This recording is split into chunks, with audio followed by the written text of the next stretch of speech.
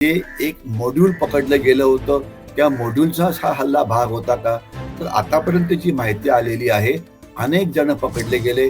3-4 doctors होते, काही इतर कर्मचारी होते. हे सगळे उच्च शिक्षित होते. म्हणजे आपल्याला अशी समजूत असायची, की शिक्षण चांगलं झालं तर माणूस देशभक्त बनू शकतो. तसं नाही.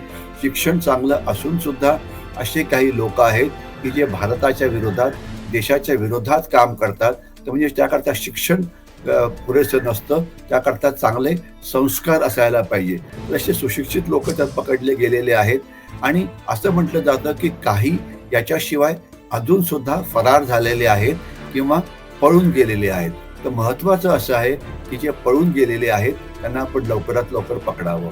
त्याच्याशिवाय अशा प्रकारचे 100-150 तरी जे छुपे सेल असतात, दहशतवादी सेल असतात, दहशतवादी मॉड्यूल्स असतात, हे भारतामध्ये कधी पण असतात आणि ते मग गरज पडली, की त्यावेळेस त्यांना ॲक्टिव्हेट केलं जातं.